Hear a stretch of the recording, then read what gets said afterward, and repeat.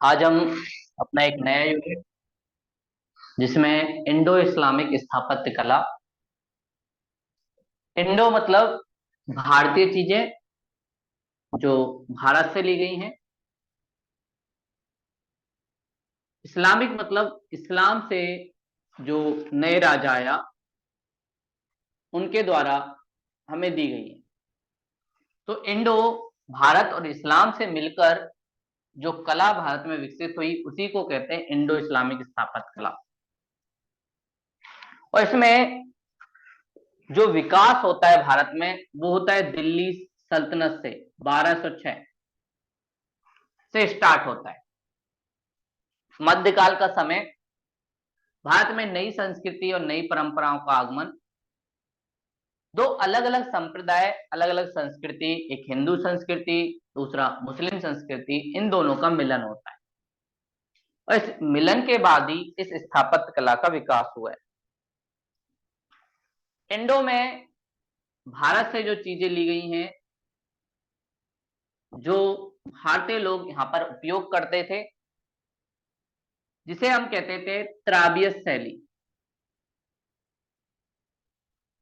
त्राबियत का मतलब तीन चीजों का एक योग। तो भारत में जो बिल्डिंग बनती थी या जो भी चीजें बनती थी वो कहीं ना कहीं तीन शैलियों से बनती थी। तो ये तीन शैलियों से इंडो यूज हुआ। इसमें था बल्ली। हम लोग जो अपनी चौखट है उसको बनाने के लिए बल्ली का उपयोग काफी ज्यादा करते थे। और फिर उसके बाद सहतीर, जो ऊपर पिलर्स होते हैं उसको सहतीर की तरह यूज करते थे। और फिर उसके बाद उस पर अलंकरण। ये तीन चीजें भारत से ही ली गई थी इंडो इस्लामिक स्थापत्य कला में। तो बल्ली, सहतीर और अलंकरण जो भारत में काफी ज्यादा फेमस था, चाहे उसे फूल पत्ती के माध्यम से किया जाए, कमल का फूल हो या पत्तियां या कोई और डिजाइन, इसके द्वारा जो किया जाता। वही दूसरी तरफ इस्लाम से भी कुछ चीजें मिली। इसमें नई चीजों का भारत में आगमन हुआ जिसे हम कहते हैं अर्कुएट शैली। अर्कुएट शैली अरबी फारसी शब्द से बना हुआ। इसमें भारत में पहली तो एक चीज जो नई आई वो है गुंबद। आपने देखा होगा मस्जिद के ऊपर आपको एक गुंबद दिखाई देता है। गुंबद ऐसे होता है और एक अर्ध गोलाकार आकृति या उल्टे कटोरे के भांति आपको दिखता है।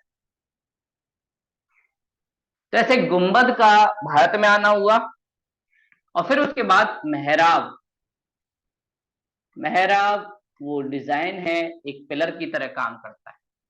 तो मेहराब में क्या होता है, ऐसे आप डिजाइनिंग करते हैं जिन्हें आप कह सकते हो छज्जे टाइप के।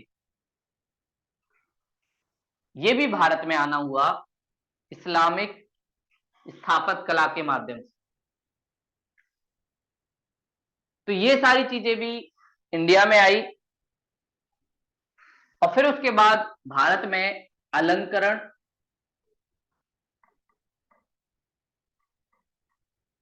जो इस्लाम में होता था। इस्लाम में अलंकरण के लिए कुरान, जो उनकी बुक है, उनकी पंक्ति का काफी ज्यादा यूज होता था। तो कुरान की पंक्ति काफी ज्यादा यूज होती थी अलंकरण के लिए। और ये अरबी में लिखी होती थी, जिसके कारण इन्हें बोलते थे कूफी, कि कूफी की लिखी हुई है। तो कुरान की पंक्ति जो अरबी भाषा में लिखी जाती थी, जिन्हें कूफी के नाम से जाना जाता था, ये अलंकरण का था। फिर इस्लाम ने कुछ चीजें भारत से ले ली, जैसे फूल पत्ती, कुरान की पंक्तियों का यूज कर सकते हो या फूल पत्ती का उपयोग कर सकते हो। और जब कुरान की पंक्तियों के साथ फूल पत्ती को जोड़ दिया जाता था, तो इस पूरी प्रणाली को हम अरबस के नाम से जानते थे। ये कहलाता था अरबस। अरबस, जब आप कुरान की पंक्ति के साथ फूल पत्ती जो भारतीय परंपरा से थी उसको लेते हो, तो अरबस का निर्माण होता है। तो ऐसे इंडो इस्लामिक स्थापत्य का भारत में आना हुआ। इंडो शब्द भारत का, इस्लामिक शब्द इस्लाम का, और ये मध्यकाल में दिल्ली सल्तनत और साथ में मुगल काल, इन दोनों के टाइम में इसका विकास हुआ। तो इसमें इंडिया से त्राबियत शैली, जिसमें बल्ली, सैतीज, बल्ली मतलब चौखट, सैतीज मतलब ऊपर के छज्जे, और अलंकरण फूल पत्ती से अलंकरण करता। वहीं इस्लाम की जो शैली थी उसका नाम था आर्कुएट शैली, जिसमें गुंबद एक उल्टे कटोरे के भांति, जो ऐसे लगता है स्तूप के ऊपर जैसे बनता है, ऐसा ही कुछ संरचना बनती हुई आई। और फिर मेहराब ऐसी डिजाइन वाली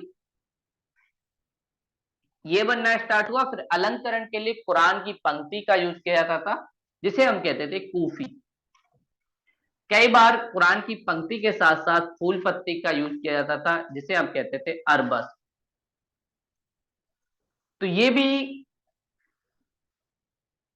इस समय काल में उपयोग होने लगा। तो ऐसे इंडो इस्लामिक पद्धति भारत में आने लगी। और फिर इसकी कुछ विशेषताएं जो हमें दिखती है, जिनसे हमारे देश के अंदर बिल्डिंगों पर, साथ में नए नए जो भवन बने उन पर प्रभाव पड़ता है। बात करें कि इसमें भवन सामग्री क्या होती थी, तो भारत के अंदर काफी ज्यादा भवन निर्माण के लिए संसाधन उपलब्ध थे। तो भवन सामग्री में ये लोग पत्थर का ही उपयोग करते थे, जो भारत में पहले से ही चला आ रहा था। क्योंकि हमने देखा जब मंदिर निर्माण हुआ उसमें भी पत्थर का काफी उपयोग है। तो ऐसे ही इंडो इस्लामिक स्थापत्य कला मध्यकाल में भी पत्थरों का यूज करती है। और पत्थरों को आपस में जोड़ने के लिए ये लोग चूना, गारा, साथ में जिप्सम जो भारत में मिलता था उसका उपयोग करते।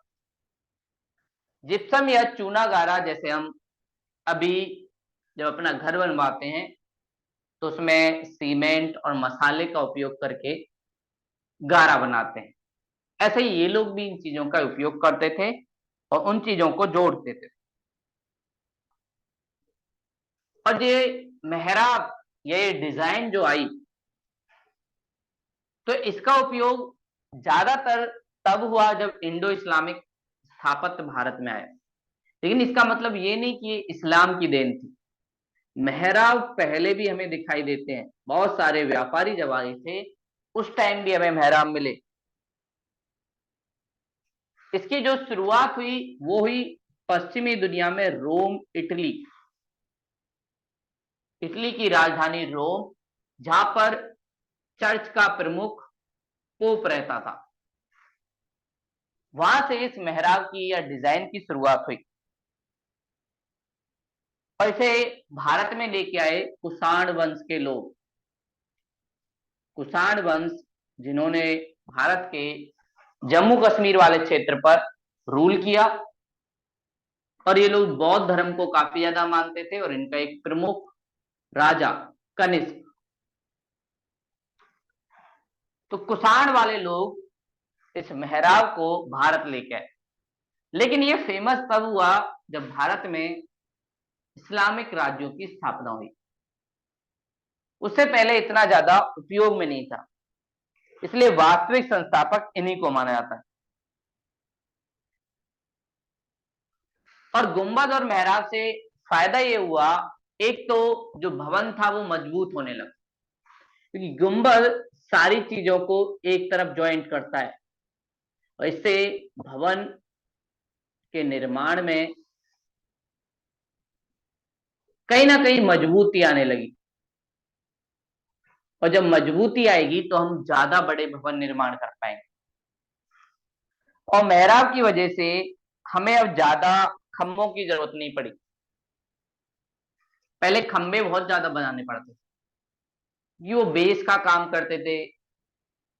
लेकिन जब मेहराब बनने लगे तो मेहराब की वजह से खंभों की जरूरत कम होने लगी, क्योंकि मेहराब ही जो वजन खंभे झेलते थे उस वजन को हम मेहराब झेलने लगे।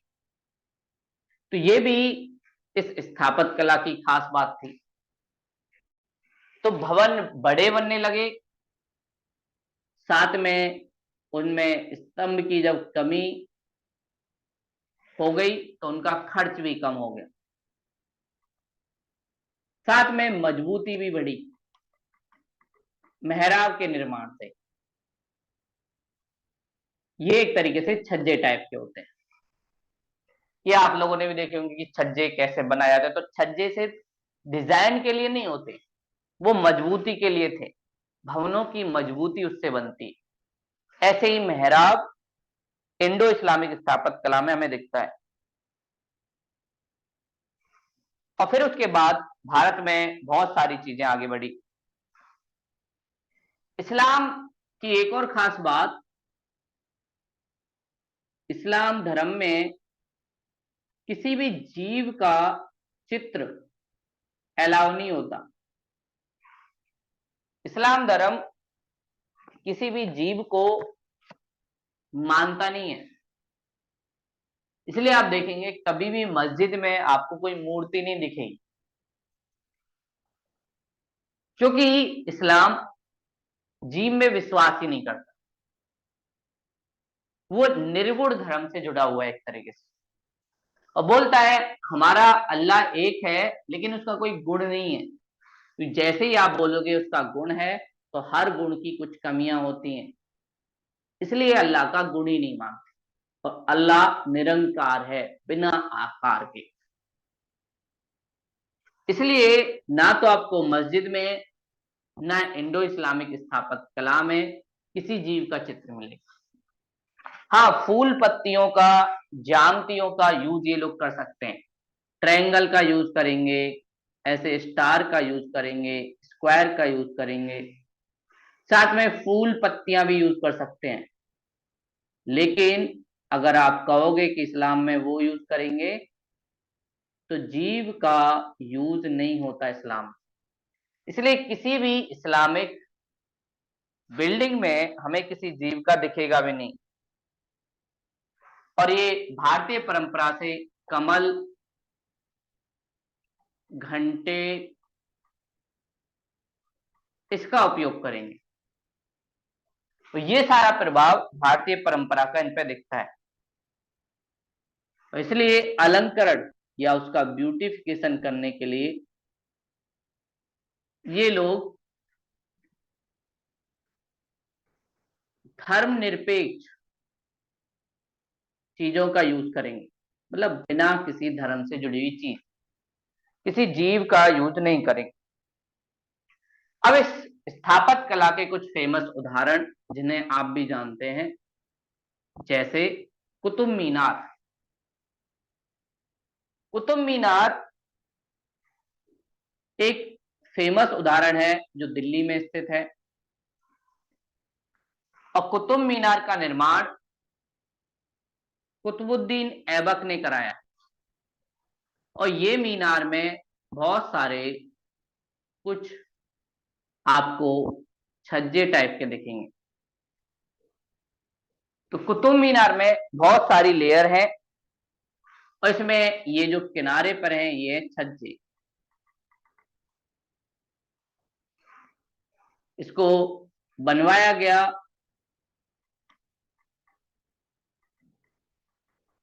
कुतुबुद्दीन ऐबक के द्वारा। कुतुबुद्दीन ऐबक जो दिल्ली सल्तनत का पहला राजा है, और मोहम्मद गौरी जो भारत पर आक्रमण करता है, आक्रमण पर करने के बाद भारत पर अपना नियंत्रण करता है। मोहम्मद गौरी की अपनी कोई संतान नहीं थी, इसलिए वो अपने दास को, दास जो किसी के यहाँ नौकरी करता है, उन्हें भारत का साम्राज्य सौंप जाता है। इसलिए शुरुआती फेज को दिल्ली सल्तनत के को दास वंश के रूप में जाना जाता है, और जिसके पहले राजा कुतुबुद्दीन ऐबक। दिल्ली सल्तनत के साथ ही भारत में एक नया धर्म सूफी धर्म का आना होता है, जो इस्लाम से जुड़ा हुआ है, लेकिन सूफी धर्म काफी उदार है। इस्लाम की कट्टरता इसमें नहीं दिखती, काफी ज्यादा उदार तरीके से भारतीय परंपराओं का यूज होगा। और इस धर्म का आना इसलिए हुआ क्योंकि दो नई संस्कृतियों का मिलन हो रहा था, एक तरफ हिंदू संस्कृति, दूसरी तरफ मुस्लिम संस्कृति। तो इन दोनों संस्कृतियों के मिलन से कुछ टकराव भी हो रहा था। दोनों एक दूसरे से डर भी रहे थे कि भाई ये लोग कुछ परिवर्तन ना कर दें। इसलिए एक तरफ सूफी धर्म जो इस्लाम से स्टार्ट होता है, और इसके विपरीत भक्ति आंदोलन, इसके संत आप लोगों ने सुना होगा, कबीरदास, तुलसीदास, ये सारे लोग भारत में भक्ति आंदोलन को आगे बढ़ाते हैं। इसी बीच सूफी धर्म ने जो काम किया, इस्लाम को भारतीय लोगों के करीब लाकर, इससे राजाओं को बड़ा फायदा हुआ, क्योंकि बिना प्रजा के समर्थन के आप राज्य ज्यादा दिन तक नहीं कर सकते। बल का प्रयोग करके कोई भी ज्यादा दिन तक रूल नहीं कर सकता। इसलिए प्रेम से ही कहीं ना कहीं राजा को प्रजा का समर्थन लेने पड़ेगा, और उसमें सहायता की सूफी धर्म ने इन राजाओं की। और कुतुबुद्दीन ऐबक के समय ऐसे ही एक सूफी संत कुतुबुद्दीन बख्तियार काकी, कुतुबुद्दीन बख्तियार काकी, जिन्होंने प्रजा के साथ अच्छे संबंध बनाए, इन्हीं की याद में कुतुबुद्दीन ऐबक कुतुब मीनार बनवाएगा। तो एक सूफी संत कुतुबुद्दीन बख्तियार काकी की याद में ही कुतुबुद्दीन ऐबक कुतुब मीनार बनवाए। तो कुतुब मीनार सूफी संतों की याद में बनी, और ये मीनार एक तरीके से चिन्ह है मानवता का, कैसे हर ऊंचाई तक। और इसको शुरुआत की कुतुबुद्दीन ऐबक ने, लेकिन एक कंप्लीट नहीं हुआ कुतुबुद्दीन ऐबक के समय। 1206 के आसपास कुतुबुद्दीन ऐबक गद्दी पर बैठता है, और 1210 में इसकी मृत्यु हो जाती है। एक गेम खेल रहा था पोलो, जिसमें घोड़े पर बैठकर एक बॉल को मारा जाता है एक स्टिक से। तो ऐसे ही ये भी मार रहे थे, अचानक बॉल तो लगी नहीं, जिस स्टिक से डंडे से मार रहे थे वो अटक गया, और ये घोड़े से गिरे, इनका सिर नीचे लगा, सिर फूटा, थोड़ा सा खूनम खान हुआ, और कुतुबुद्दीन ऐबक की डेथ हो गई। तो मीनार बनी रही थी। फिर उसके बाद इस मीनार को इसके आगे के शासक इल्तुतमिश, इल्तुतमिश भी अच्छा शासक था। इसने दिल्ली सल्तनत को लोगों के ज्यादा करीब लाने की कोशिश की। इल्तुतमिश ने कुतुब मीनार के काम को पूरा कराया, और इस कुतुबुद्दीन ऐबक का जो सपना था वो पूरा हुआ। फिर आगे चल के फिरोज शाह तुगलक हुआ क्या, एक बार बिजली कड़की और इस कुतुब मीनार पे ही पड़ गई, तो इसको नुकसान हो गया। तो फिर उसके बाद फिरोज शाह तुगलक ने इसकी मरम्मत करवाई, और मरम्मत कराने के साथ साथ एक मंजिल अपनी तरफ से बनवा दी। बोले मेरा भी योगदान रहे, जब कुतुबुद्दीन ऐबक जी इतना कर सकते हैं तो एक आध मंजिल मैं नहीं बनवा सकता। तो इन्होंने भी एक मंजिल एक्स्ट्रा और बनवा दी, और कुतुब मीनार को भारत में बुर्ज खलीफा के नाम से जाना जाता है। जैसे बुर्ज खलीफा आपने सुना होगा, दुबई में है, ऐसे ही भारत का बुर्ज खलीफा कुतुब मीनार है, जिसकी ऊंचाई भारत में काफी ज्यादा है और काफी ज्यादा इंपोर्टेंट एक पर्यटन स्थल है। बहुत सारे लोग यहाँ पे घूमने जाते हैं। पहले इस कुतुब मीनार के अंदर जाने की अनुमति थी, लेकिन फिर कुछ लोग वहां से कूद कर सुसाइड करने लगे, फिर सरकार ने इसको बंद कर दिया, क्योंकि ये जो फेमस धरोहर है ये बदनाम हो जाएगी। तो उसके बाद अब किसी को अंदर नहीं जाने दिया जाता। बाहर से आप इसे देख सकते हो, आप फोटो ले सकते हो, लेकिन अंदर जाना किसी को अलाउ नहीं है।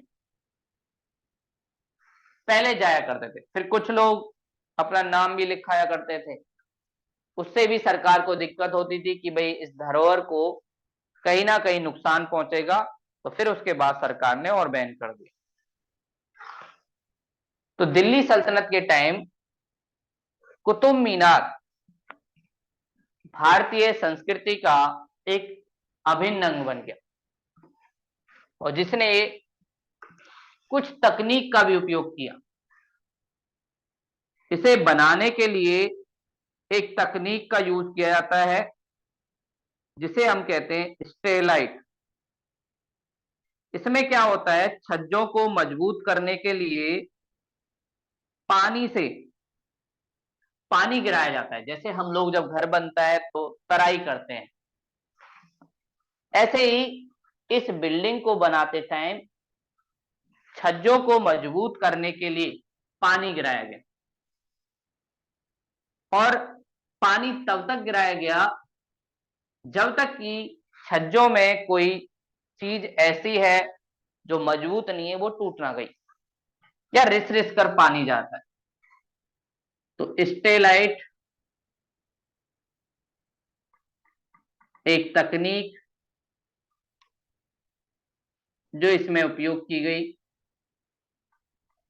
कई बार इसके बारे में क्वेश्चन पूछा गया है कि स्टेलाइट तकनीक क्या होती है, और इसमें बस इतना ही होता है कि पानी गिराया जाएगा और इन छज्जों पर गिरेगा, और ये छज्जे काफी मजबूत हो जाएंगे। जो चीज वेस्ट होगी वो टूट जाएगी, और जो मजबूत होगी वो बच जाएगी। तो छज्जों के निर्माण में कुतुब मीनार में इसका उपयोग किया गया, छज्जों के निर्माण में, तो इससे काफी मजबूत भी हुआ। तो ऐसे इंडो इस्लामिक में पहला जो चीज बना वो बना कुतुब मीनार कुतुबुद्दीन ऐबक के समय। कुतुबुद्दीन ऐबक ने ही अजमेर के अंदर एक मस्जिद भी बनवाई। मस्जिद इस्लाम का इंपॉर्टेंट भाग, और वो मस्जिद भी काफी ज्यादा फेमस है। अजमेर पश्चिमी भाग और राजस्थान की शान एक तरीके से। वहां पर संतों के लिए एक मस्जिद, अढ़ाई दिन का झोपड़ा, तो जो सूफी संत रहते थे उनके लिए ये बनाया। तो एक मस्जिद बनी, अढ़ाई दिन का झोपड़ा, ये भी ऐबक जी ने बनवाई। तो ऐबक के समय दो चीजें बनी, एक कुतुब मीनार, दूसरा अढ़ाई दिन का झोपड़ा। कई बार आपसे एक क्वेश्चन सिंपल सा पूछा जाता है, अढ़ाई दिन का झोपड़ा और कुतुब मीनार किस स्थापत्य कला का उदाहरण है, तो इंडो इस्लामिक स्थापत्य। दूसरा पूछा जाएगा, अढ़ाई दिन का झोपड़ा और कुतुब मीनार किसके समय बनाई गई? तो बनाई गई कुतुबुद्दीन ऐबक के समय। 2.5 दिन का झोंपड़ा कहां पे है? अजमेर। कुतुब मीनार कहां पे है? नई दिल्ली।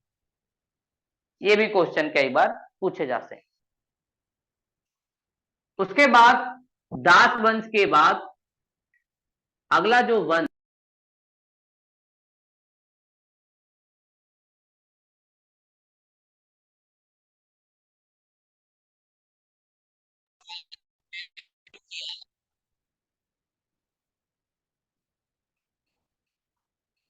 उनको हम कहते हैं खिलजी काल। तो खिलजी काल दास वंश के बाद आगे आता है और इसके एक प्रमुख राजा अलाउद्दीन खिलजी, जो चित्तौड़ का अभियान भी करेगा और रानी पद्मावती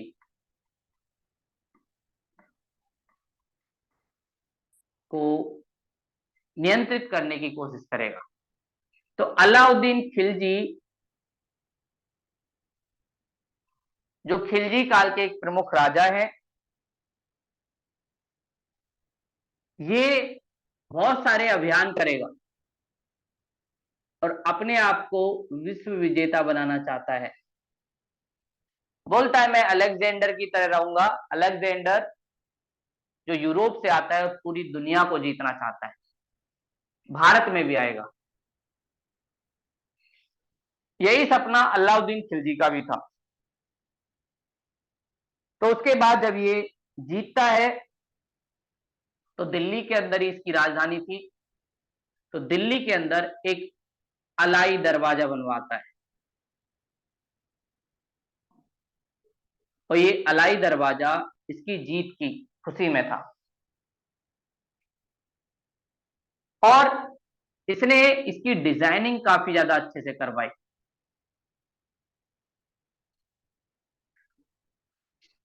और इसे भी एक इंपोर्टेंट पिलर माना जाता है जो इंडो इस्लामिक स्थापत्य में हमें दिखता है। ये भी दिल्ली के क्षेत्र में ही है। ऐसे इसने एक अलाई दरवाजा बनवाया और साथ में उसके ब्यूटिफिकेशन के लिए कुछ कमल भी इसमें खिलवाए।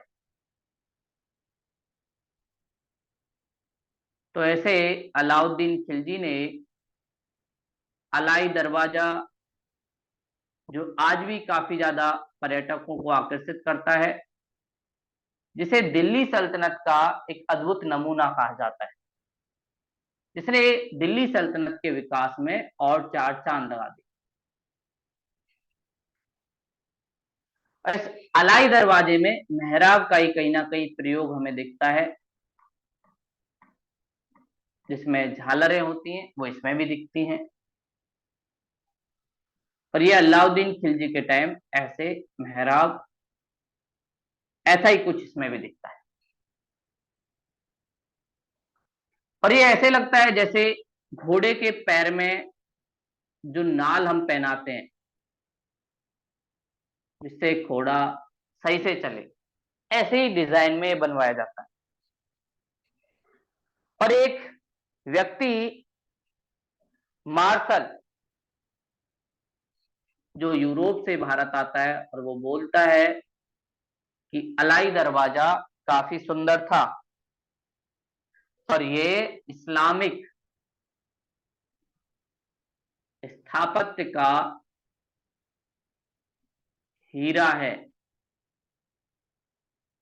तो ये देखने में इतना सुंदर लगता था, इसलिए इसकी तुलना हीरे से की जाती थी। तो दिल्ली सल्तनत के काल में, खिलजी काल के अंतर्गत, अलाई दरवाजा अलाउद्दीन खिलजी के समय बना और इसे इस्लामिक स्थापत्य का हीरा कहा गया। आगे चलकर तुगलक वंश सामने आया और तुगलक वंश के समय कुछ और नई चीजें विकसित हुई और इन्होंने भवन निर्माण में खरदरे पत्थर, थोड़े से खड़े पत्थर का उपयोग किया। साथ में इनकी जो दीवारें थी वो सलामी दीवारें थी, मतलब सीधी दीवारें नहीं थी, ये थोड़ी सी टेढ़ी दीवारें बनवाते थे। ये सलामी दीवारें तुगलक वंश की शान हुआ करती थी। और सलामी दीवार इसलिए नहीं बनती थी कि इनके यहाँ मजदूर खराब थे, नहीं, ये मजबूती के लिए था, भवन की मजबूती होती थी इससे। तो तुगलक जो शासक थे उन्होंने सलामी दीवारों को भारत में इंट्रोड्यूस किया और इनके जो संस्थापक थे गयासुद्दीन तुगलक, उनके समय से ही, तुगलक समय से ही कुछ स्थापत्य कला बनने लगी और इसने दिल्ली में एक भवन का निर्माण किया और उस भवन पर गुंबद भी बनवाया और साथ में उस पर सोने चांदी की जड़ी भी करवाई। और एक यात्री इब्न बतूता बतूता भारत आया। वो बोलता है गयासुद्दीन तुगलक के समय बना हुआ ये गुंबद सूर्योदय के समय काफी ज्यादा चमकता था और किसी की मजाल नहीं है कि इसको सुबह देख पाए, तो जैसे ही इसकी सूर्य की रोशनी इसके ऊपर पड़ती थी ये ज्यादा चमकता था, इसलिए किसी की आंखें इसे देख ही नहीं पाती थी। तो ये गयासुद्दीन तुगलक ने बनवाया और इनकी जो राजधानी है तुगलकाबाद, जो दिल्ली और हरियाणा के बॉर्डर पर दिखता है, वहां पर इन्होंने बहुत सारे भवन का निर्माण करवाया। लेकिन इनका जो फेमस गयासुद्दीन तुगलक के टाइम एक गुंबद जिसको काफी जड़ा गया है, अच्छे से बना गया है।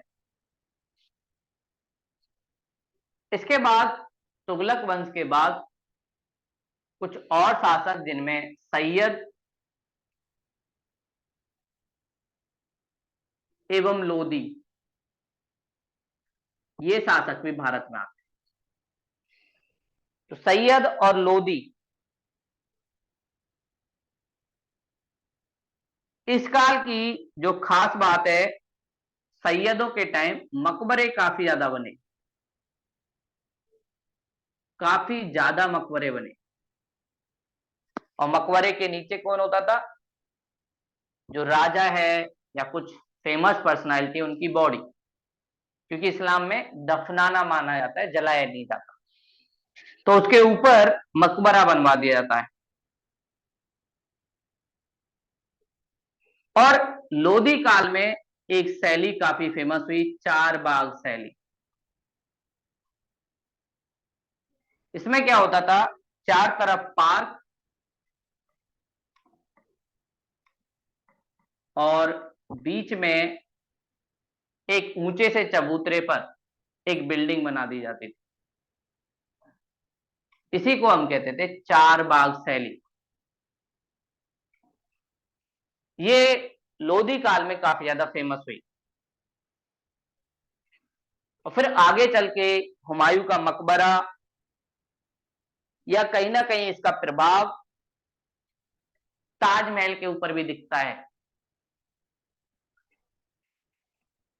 तो ये सारी चीजें इस्लाम और इंडो दोनों के यूज से भारत में बनी। उसके बाद दिल्ली सल्तनत के जो राजा थे उन्होंने तो जो निर्माण करवाया हुआ ही, साथ में कुछ छोटे मोटे राजा थे, उन्होंने भी कुछ चीजें विकसित की। जैसे जौनपुर के राजा थे, मालवा के राजा थे, बंगाल के राजा थे, उन्होंने भी कुछ चीजें विकसित करवाई इसी समय। जौनपुर को काफी ज्यादा फेमस माना जाता था, उसको बोलते थे पूर्व का सिराज।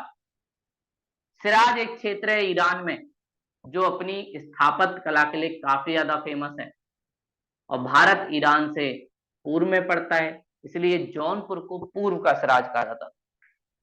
तो जौनपुर एक ऐसा शहर जो काफी ज्यादा फेमस हुआ, और जौनपुर का निर्माण जो करवाया वो फिरोज शाह तुगलक ने, तुगलक वंश का एक रूलर, उसने जौनपुर का निर्माण करवाया।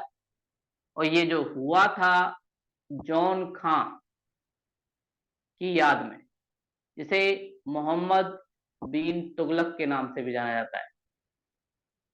काफी एजुकेटेड राजा, इन साथ में फेल भी, बहुत सारे काम किए, बहुत सारी असफलताएं हासिल की, लेकिन उसके बावजूद भी रुका नहीं।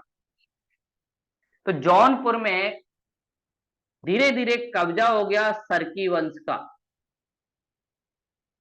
और एक छोटा सा राजवंश यहाँ पे रूल करने लगा। पहले दिल्ली सल्तनत का ही हिस्सा हुआ करता था, और ये देखते देखते शिक्षा, साहित्य, कला, इसका केंद्र बनने लगा। मतलब यहाँ के राजाओं ने काफी ज्यादा लोगों को समर्थन दिया, और फिर यहाँ पर नई नई चीजें बनने लगी। इसीलिए इसको बोला गया पूर्व का सिराज, और इस्लाम की दुनिया में सिराज क्षेत्र काफी ज्यादा फेमस है। यहाँ पर भी तुगलक वंश के समय जो सलामी दीवारें बनी थी वो भी दिखती हैं। साथ में इनके यहाँ छायादार रास्ते रास्ते काफी ज्यादा फेमस है। मतलब ये लोग रोड बनवाते थे, और रोड के साइड में बहुत सारे प्लांट, ग्रीनरी, जिसकी हम आज भी बात करते हैं कि अगर आसिया बनाओ तो साथ में एक पेड़ भी लग जाए। लेकिन इनके यहाँ ये सारी चीजें होती थी, और साथ में इनके प्रवेश द्वार की सजावट वो भी काफी ज्यादा अद्भुत होती थी। इस पे भी इन्होंने काफी ज्यादा जोर दिया। इनके आगे कुछ फेमस चीजों की बात करें तो एक मिलती है अटाला मस्जिद, वो काफी फेमस है, जौनपुर की अटाला मस्जिद। और जौनपुर क्षेत्र पड़ता कहाँ है? यूपी, उत्तर प्रदेश, यूपी के अंदर ये पड़ता है।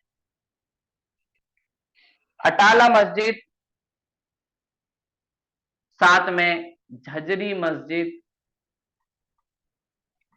ये काफी ज्यादा फेमस इनके निर्माण कार्य हैं जो जौनपुर में काफी ज्यादा फेमस हुए। उसके बाद राजस्थान और एमपी के अंदर मालवा, मालवा का एक पठार है, वहीं पर मालवा राजवंश ने रूल किया। यहाँ की खास विशेषता, नीचे से लेकर ऊपर तक बनाई गई सीढ़ियां, ये लोग काफी भव्य सीढ़ियां बनाते थे, और ये सीढ़ियां अलंकृत होती थी अलग अलग तरीके से। तो इनकी खास बात, सीढ़ी जो भव्य प्लस चौड़ी, जिसके लिए यहाँ के कलाकार काफी ज्यादा जाने जाते थे। और साथ में उसमें रंगीन पत्थर का उपयोग, जैसे आजकल हम टाइल्स लगवाते हैं, ऐसे ही इनके यहाँ भी चलता था। इनके यहाँ कुछ फेमस अशरफी महल, ये इनके यहाँ फेमस होता है। साथ में हिंडोला महल, ये भी इनके यहाँ बनता है। इसके अलावा जहाज महल, ये काफी ज्यादा फेमस हैं। साथ में राजस्थान में आपने सुना होगा हवा महल। तो मालवा संस्कृति का प्रभाव ही आगे जाके शासकों पर पड़ा। तो मालवा संस्कृति ने ये सारी चीजें बनाई। आगे चलकर बंगाल में भी इस स्थापत्य का प्रभाव पड़ा, वहां पर भी कुछ मुस्लिम शासकों ने रूल किया। बंगाल के नवाब, और इसकी खास विशेषता ईंटों का प्रयोग होने लगा। अभी तक पत्थर होते थे, लेकिन बंगाल में ईंटों का प्रयोग होने लगा, मतलब इनके पास तकनीक थी ईंट बनाने की। और साथ में नुकीले मेहराब, ये जो मेहराब थे ये काफी ज्यादा नुकीले हो गए। इनके यहाँ कुछ फेमस जगह जैसे अदीना मस्जिद। कई बार आपसे बस इतना ही पूछा जाएगा ये कहाँ पे है, बंगाल, मालवा, जौनपुर। साथ में बड़ा सोना, जिसमें सोने की जरी का काम है, ये बंगाल में दिखती है। और सबसे लास्ट, जब मोहम्मद बिन तुगलक अपने समय में राजधानी का परिवर्तन करता है, हुआ क्या, जब वो दिल्ली में था तो उसे लगता था कि दक्षिण भारत पर मेरा नियंत्रण नहीं है, इसलिए सोचा क्यों ना अपनी राजधानी दक्षिण भारत ले जाई जाए। और दक्षिण भारत राजधानी ले गया दौलताबाद, महाराष्ट्र के एक क्षेत्र में। तो मोहम्मद बिन तुगलक दौलताबाद अपनी राजधानी ले गए। और जब दौलताबाद राजधानी गई तो साथ में कुछ स्थापत्य भी गया, कुछ चीजें भी वहां पे बनी। और इसी को हम कहते हैं दक्षिणी सभ्यता या दक्षिणी स्थापत्य। जब नई राजधानी बनी है तो कुछ चीजें भी बनेंगी, तो उन चीजों का भी निर्माण यहाँ पे हुआ। और फिर दक्षिण के एक राजा जो बीजापुर में रहते थे, बीजापुर साम्राज्य भी काफी ज्यादा फेमस था यहाँ, जो विजयनगर साम्राज्य से लड़ते भी थे। उनके राजा थे मोहम्मद आदिल शाह। आदिल शाह, इन्होंने कुछ निर्माण करवाया। और इनकी याद में एक मकबरा बना। जब इनकी डेथ हुई, उस मकबरे को कहते हैं गोल गुंबद।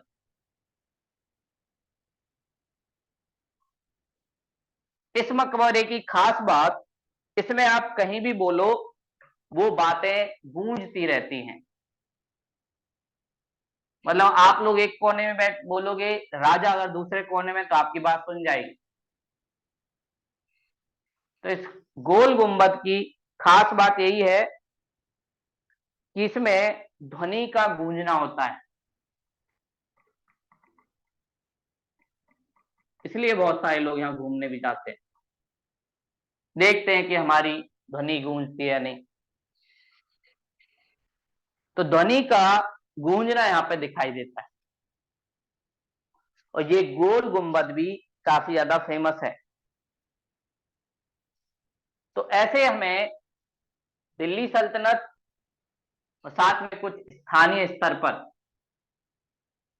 इंडो इस्लामिक सभ्यता दिखाई देती। आगे हम लोग देखेंगे मुगल स्थापत्य, साथ में अन्य धर्म के कुछ चीजें, इस्लाम की मस्जिद, साथ में गिरजाघर या चर्च जो ईसाई का होता है, गुरुद्वारा जो सिख से जुड़ा हुआ है, सिनेनॉग जो पारसी से जुड़ा हुआ है। ये सारी चीजें हम कल की क्लास में देखेंगे। तो आज की क्लास यहीं तक थी। अगर कोई डाउट है तो आप पूछ